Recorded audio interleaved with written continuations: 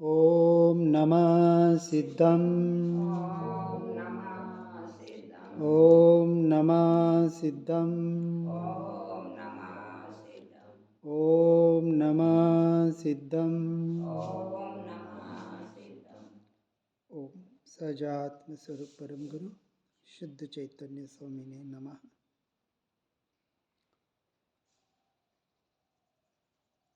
वीतराग वाणी का तात्पर्य अर्थात प्रयोजन एकमात्र पर सन्मुखता छुड़ाकर स्वसन्मुखता कराना इतना ही है। सौ ताले की एक चाबी, सौ बात की एक बात। 14 पूर्व का सार कहें, 12 अंग का सार कहें, जिसने एक आत्मा को जान लिया, जिसने अपने स्वरूप और स्वभाव की पहचान कर ली, अब उसे किसी की भी पहचान करने की जरूरत न रही। जिसे अपने स्वभाव रूपी ज्ञान स्वभाव साधन रूप मिल गया, उसे अब किसी भी साधन की अपेक्षा न रही। परावलंबन से छुड़ाकर 100% स्वावलंबी बनाना, इतना सा हमारे देव गुरु शास्त्र का काम है। उनके निर्देशन में, उनके मार्गदर्शन पे या उनके द्वारा कथित, प्ररूपित, लिखित जो भी हमारे सामने हमें मिल रहा है, ये सारा चौथे काल का माल मिल रहा है। पंचम काल हमारे लिए नहीं है, औरों के लिए हो तो हो। अब यहाँ मूल तात्पर्य प्रयोजन कहाँ कहाँ से अपने उपयोग को हटाना है। क्यों? क्योंकि जीव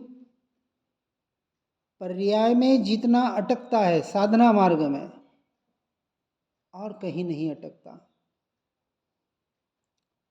स्व सन्मुखता में सबसे बड़ी बाधा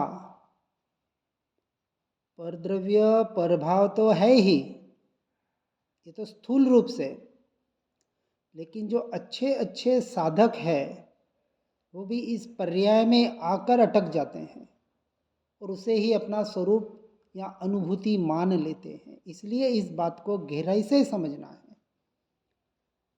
जैसे 11वां गुणस्थानक गिरने का बताया, अब विचार करें वो साधक भावलिंगी मुनिराज, हाँ, द्रव्यलिंगी की बात नहीं हो रही है, जो अंतर्मुरत निरंतर अपने शुद्धोपयोग में आत्मा में लीन होने का पुरुषार्थ कर रहे हैं,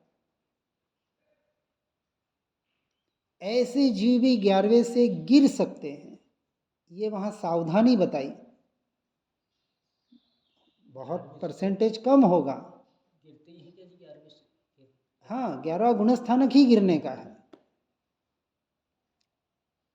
भले 1-2% होगा, 5% होगा, क्योंकि इतना चढ़ने वाला जनरली नहीं गिरते हैं, अपने को वो अवस्था पता नहीं है।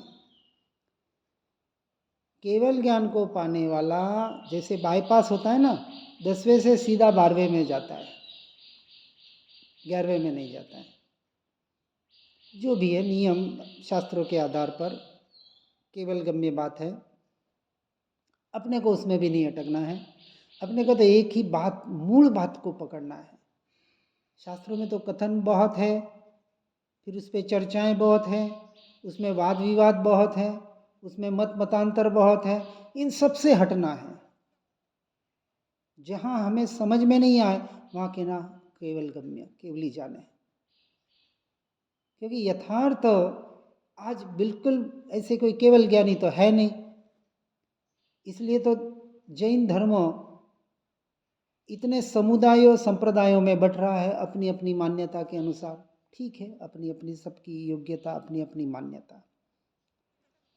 अब यहाँ कहा आत्मा परद्रव्य का कर्ता भोक्ता नहीं, विकार का कर्ता भाव कर्म है, जीव नहीं, तत्समय की योग्यता से जो विकार होने वाला था वही हुआ, विकार भी जो क्रमबद्ध में होना था वही हुआ, और निर्मल परिणाम साधक के जो क्रमबद्ध में होने थे वही हुए। इतना सब कुछ इसलिए बताया जा रहा है कि पुरुषार्थ भी अपेक्षा से क्रमबद्ध में ही होता है। उपदेश पुरुषार्थ का दिया जाता है, साधना करो, भेद ज्ञान करो, परद्रव्य से हटो, स्वभाव में आ जाओ, ये जो कुछ करने की बात बताई जाती है। लेकिन साथ में ये भी बताया जाता है करने से धर्म नहीं होगा, क्योंकि आत्मा अकर्ता है, अक्रिय है, अपरिणामी है।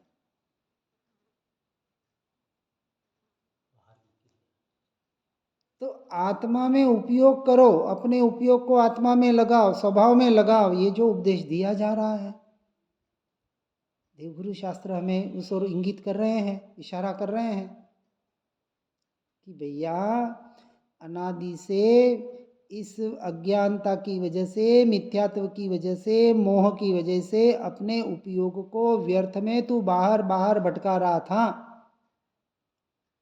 लेकिन उनको पता है कि उपयोग तो बाहर भटकता ही नहीं है, ये निश्चय का कथन।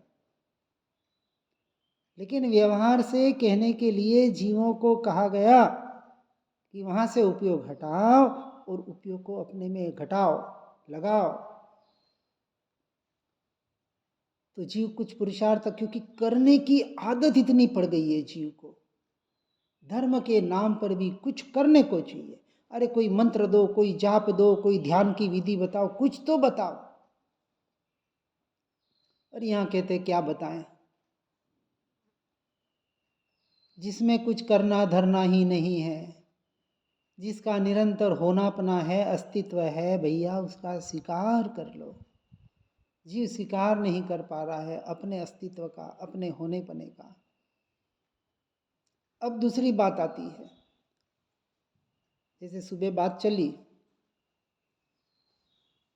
कि आत्मा अक्रिय है, अकर्ता है, कुछ उसमें करना धरना तो नहीं है, फिर हम क्या करें, हाथ पे हाथ धर के बैठे रहें?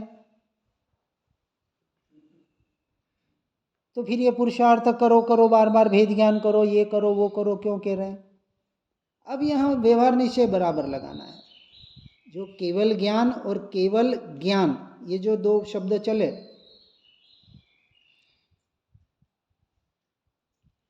केवल ज्ञान अभी भी सत्ता में पड़ा है।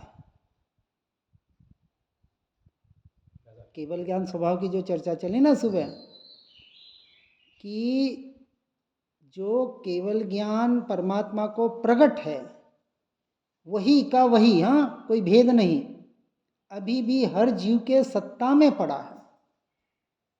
फर्क क्या है? पर्याय की अपेक्षा से उन्होंने अपनी पर्याय में उसे प्रकट कर लिया और निरंतर प्रकट हो रहा है, हमारे वो प्रकट नहीं है। तो कैसे प्रकट होगा?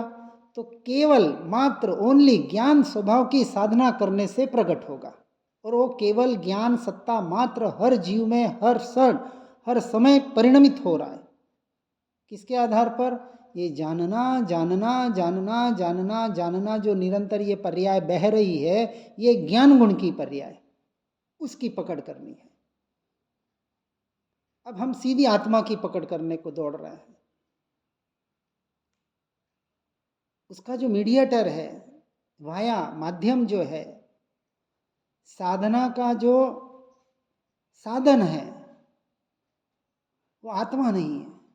क्योंकि आत्मा साध्य है, द्रव्य है, उसमें तो कुछ नहीं करना है। वो तो जैसा का सैसा त्रिकाली ध्रुव ममल स्वभाव त्रिकाल शुद्ध ही है, उसको शुद्ध नहीं करना है। शुद्धि तो पर्याय में करनी है, क्योंकि पर्याय शुद्ध बन रही है। तो जो अशुद्ध है उसे शुद्ध करना है, शुद्ध है उसे आप क्या शुद्ध करेंगे? तो सारी साधना पर्याय की अपेक्षा से है और पर्याय में ही होगी, क्योंकि पुरुषार्थ भी वीर्य गुण का पर्याय, सारा काम पर्याय में। तो यहां बात बताया कि निर्मल परिणाम भी क्रमबद्ध है, तो शुद्ध पर्याय का अंश का लक्ष्य छुड़ाया। निर्मल परिणाम एक अंश है और मैं पूर्ण अंशी हूं। और आगे कहते हैं कि पर्याय का कर्ता परद्रव्य नहीं है।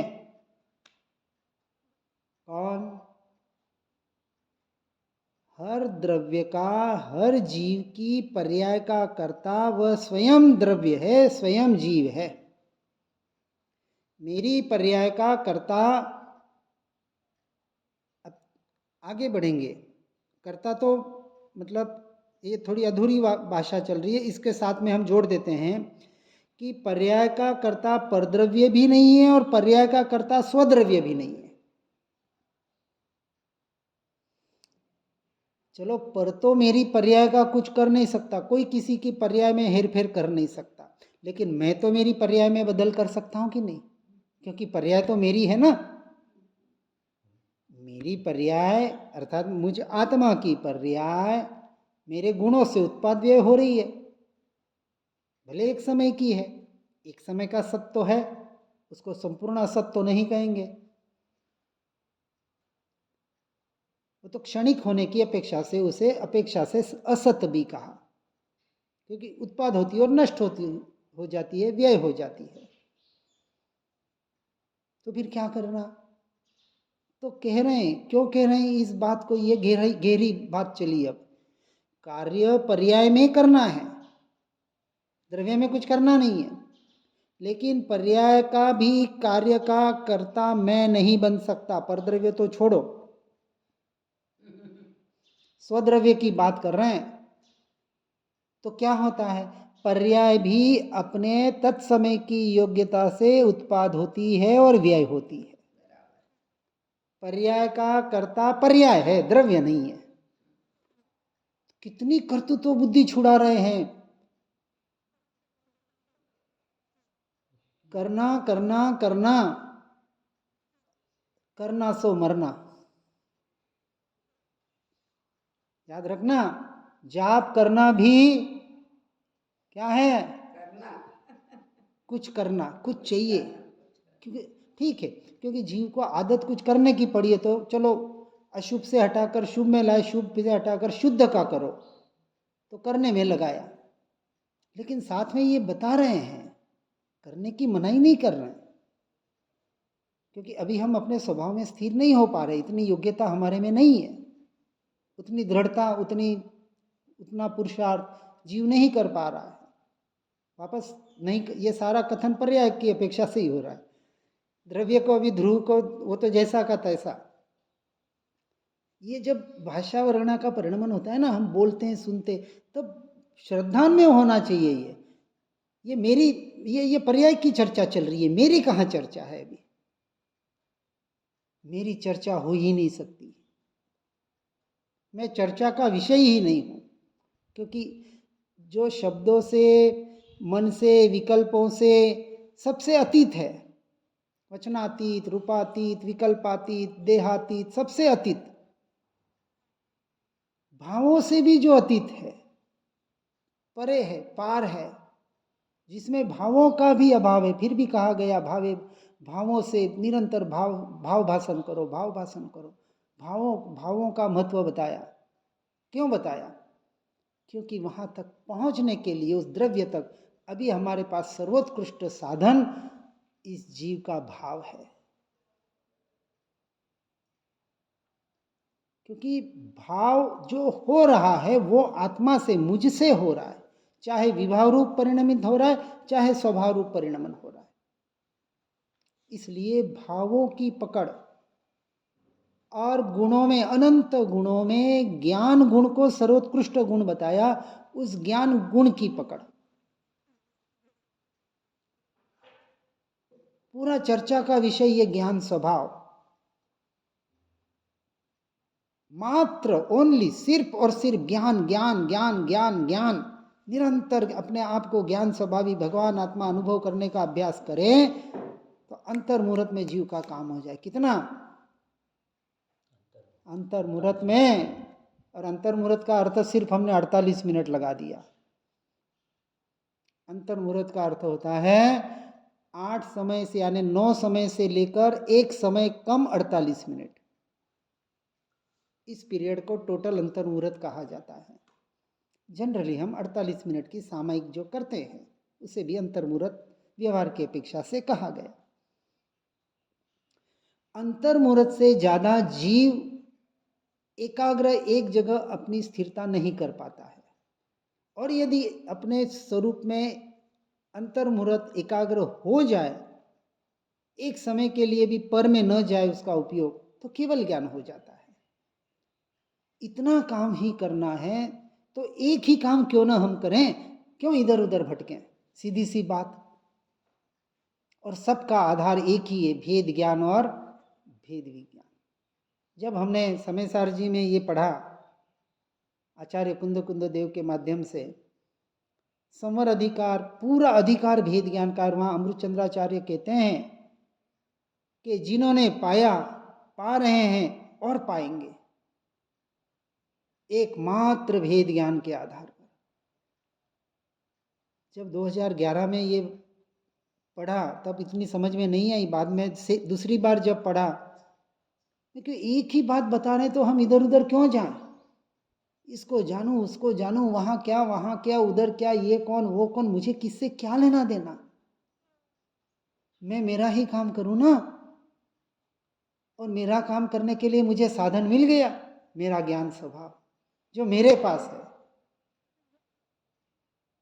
कोई मुझे छीन नहीं सकता, कोई मुझे दे नहीं सकता। मेरी वस्तु, त्रिकाल वस्तु मेरे पास है। अब कहाँ भीख मांगने जाऊं, हे परमात्मा मेरा काम करा दे, हे गुरुदेव मेरा काम करा दे। कौन कराएगा तेरा काम? भिखारी बने घूम रहा है चैतन्य राजा, महाराजा। कितने अपने आप को हमने हीन दीन बना दिया। ये महिमा नहीं आ पा रही है। अभी भी महिमा आती है तो कहीं ना कहीं पर की ही आती है, चाहे देवगुरु शास्त्र की भी क्यों ना हो। आएगी महिमा, वापस समझना, उसका निषेध नहीं कर रहे हैं। इसलिए शास्त्रों में कथन आया, सच्चे देव गुरु शास्त्र की विनय या महिमा भी सम्यक दृष्टि को ही होती है। क्यों? क्योंकि पता चला कि देवगुरु शास्त्र के माध्यम से ऐसा उत्कृष्ट अनुपम तत्व मैंने पाया। देवगुरु शास्त्र ने बताया कि मैं स्वयं भगवान हूं, तब पता चला हा, मैं अपने आप को हीन दीन मान रहा था। हो इतने विकार आते हैं, ऐसे विचार आते हैं, ऐसे मन भटकता है, क्रोध मान माया लोभ, इतनी कषाय भरी पड़ी है, इतना कचरा भरा पड़ा है। अरे किस में पड़ा है? मुझ में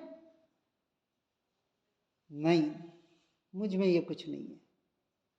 ये बोल रहे, सुन रहे, पढ़ रहे, सुना रहे, लेकिन स्वीकार नहीं कर रहे। ऐसा सर्वोत्कृष्ट पदार्थ कौन? मैं, भगवान आत्मा। ऐसे भगवान आत्मा की महिमा आवे तो पर्याय का लक्ष्य छूटे और द्रव्य में लक्ष्य एकत्व होवे। इसलिए विकार या निर्मल पर्याय का कर्ता ध्रुव द्रव्य नहीं है, पर्याय ही पर्याय का कर्ता है। इसलिए पर्याय से भी उपयोग को हटाओ। पर्याय में जो परिणमन हो रहा है, काम भले वहीं से करना है, लेकिन उसका सहारा लेकर अपने ध्रुव तत्व में दृष्टि जमा कर वहीं जमे रहो। कब तक? अंतर्मुहूर्त तक। सिर्फ सामयिक लेते तब तक? हमेशा। अनंत काल के लिए। इसलिए जब भी सामयिक करने बैठे ना, एक निर्णय करें, अनंत काल के लिए मैं अपने स्वरूप में, स्वभाव में लीन हो रहा हूं, मैं अपने में ही हूं। ये निर्णय करना है। इसी का नाम तो तत्व निर्णय है। आज दिन तक एक समय के लिए भी मैं अपने स्वरूप को, स्वभाव को छोड़कर पर में गया नहीं, जा सकता नहीं। पर में गया वो कोई और, वो मैं नहीं। ऐसा श्रद्धांत तो होवे। ठीक है, अभी पुरुषार्थ की कमजोरी है, अपने में स्थिरता नहीं कर पा रहा हूं, लेकिन श्रद्धान, ये सम्यक दर्शन में क्या होता है, ये श्रद्धान इतना गहरा पक्का होता है भले उपयोग भटके तो भटके, मन भटके तो भटके, कषाय होवे तो होवे, विकार आवे तो आवे, मेरा स्वभाव नहीं, मुझ में नहीं, मुझे स्पर्शा तक नहीं, ये श्रद्धान होना चाहिए। लेकिन इस आधार पर अपने को साथ में चेक करते रहना, कहीं हम स्वच्छंदी तो नहीं बन रहे हैं ना। क्योंकि निश्चय, जनरली निश्चय की बातें करते तो लोग एक ही कहते हैं, निश्चय यानी स्वच्छंदी बना देगा। जनरली बात यही, और खास करके इतर समुदाय संप्रदाय में ये बातें ज़्यादा चलती है। अब यहाँ तो निश्चय की बातें चल रही है तो यहाँ ये बात नहीं होगी। जहाँ व्यवहार पे जोर दिया जा रहा है वो कहेंगे ये निश्चयाभासी हो जाते हैं, कुछ करते धरते नहीं है। अब हम भी जहाँ रहते हैं आश्रम में, वहाँ हमें यही कहा जाता है, न सामयिक करते, न प्रतिक्रमण करते, न मंदिर जाते, न पूजा करते, न कुछ करते। करते क्या है ये? अब यहाँ भी देखोगे आप, मैं कुछ नहीं करता हूँ, मेरी साधना भी एक ही है, कुछ नहीं करना और अपने में रहने का ज़्यादा से ज़्यादा पुरुषार्थ करना, ये व्यवहार, और अपने में ही हूँ, ये तो निर्णय हो गया। अब क्या करना है? अब अपने में रहने के लिए क्या करना है? किसकी साधना करनी, किसका जाप करना, क्या करना? ये बात जिनवाणी माता, ये वितराग वाणी का तात्पर्य, ये स्वसन्मुखता हो जाए। अब एक ही कार्य रहा, अपने में ज्यादा से ज्यादा लीन कैसे हो सकते हैं, सम्यक चारित्र का पुरुषार्थ। ये भी कमजोरी, क्योंकि जब तक ये बात ध्यान रखने की, जब तक केवल ज्ञान नहीं है तब तक हम अधूरे हैं। व्यवहार की अपेक्षा से, निश्चय की अपेक्षा से तो परिपूर्ण है ही है। इस बात को बराबर समझ कर ध्रुव द्रव्य बंध मोक्ष परिणाम का कर्ता भी मैं नहीं, ये जो 7 तत्व बताए ना, 9 पदार्थ, सारे पुद्गल के परिणाम, आश्रव पुद्गल का परिणाम, संवर पुद्गल का परिणाम, निर्जना पुद्गल का परिणाम, बंध मोक्ष सारे पुद्गल के और पर्याय के परिणमन। मुझ में तो ये कुछ है ही नहीं। और जब मैं अपने में स्थिर हो जाऊंगा तो ये ऑटोमेटिक घटित होंगे, इसके लिए मुझे कुछ करना नहीं पड़ेगा। आश्रव बंद करना है और संवर करना है तो क्या करना? स्वभाव का लक्ष्य करना। निर्जरा करनी है तो क्या करना? स्वरूप में लीन होना। मोक्ष चाहिए तो क्या होना? अनंत काल के लिए स्वभाव में लीन हो जाओ। तो ये तो सब इसमें आपको क्या बोलते हैं ना, साइड प्रोडक्ट है, ये तो मिलेंगे ही मिलेंगे। किसके आधार पर? एकमात्र स्वरूप लीनता के आधार पर, स्वभाव लीनता के आधार पर। और स्वभाव एकमात्र ज्ञान स्वभाव, पूरा ज्ञान स्वभाव का जोर दो, ज्ञान स्वभाव की साधना करो, साध्य तक अपने आप पहुंच जाएंगे। ये ज्ञान स्वभाव ऐसा सर्वोत्कृष्ट साधन है जो आपको नियम से ज्ञायक तक, यानी आप हमारे ध्येय तक, ध्रुव तक पहुंचाएगा। इस अपेक्षा से आत्मा ही ज्ञान है, ज्ञान ही आत्मा है। वो भावों का परिणमन वैसा होता है, वो भाव भाषण ऐसा होता है। ज्ञान कहते ही ज्ञान नहीं, ज्ञायक, वो परिपूर्ण द्रव्य, ध्रुव तत्व, उपयोग वहां जाता है। ये तो एक शब्द है, शब्द आप कुछ भी ले ले, ये तो ठीक है, ज्ञान की जगह और कोई आप शब्द लगा ले, ज्ञायक की जगह और कोई, या परम पारिणामिक भाव के दे, ज्ञायक भाव के दे, ममल स्वभाव के ले, कुछ भी शब्द लगा ले। महत्व शब्दों का नहीं है, महत्व भावों का है। आपका उपयोग, आपके भाव, आपका जुड़ान कहाँ से होता है। हम शब्दों में अटक रहे हैं, शब्दों में लड़ झगड़ रहे हैं, नहीं ये नहीं ऐसा होना चाहिए, ये नहीं ये शब्द होना चाहिए। जो भी है वहाँ से हमें हट जाना है और अपनी आत्मा का काम करके अनंत काल के लिए अपने स्वरूप और स्वभाव में लीन होना। यही एकमात्र वीतराग वाणी का तात्पर्य है। और इस तात्पर्य को यथार्थ रूप से सुनकर समझकर अपने जीवन को धर्ममय बनाकर इसमें ही आगे बढ़ने का प्रयास और पुरुषार्थ करना। इसी भावों के साथ जिनाज्ञा विरुद्ध कुछ भी कहा हो तो इच्छामि दुक्कड़म। जिन वाणी के ज्ञान से हो सम्यक श्रद्धान, हो चारित्र महान पाऊं पद निर्वाण। निज निधि निज में बताई, यह अनंत उपकार है। उसके लिए जिनवाणी माँ को वंदना शतवार है, वंदना शतवार है, वंदना शतवार है।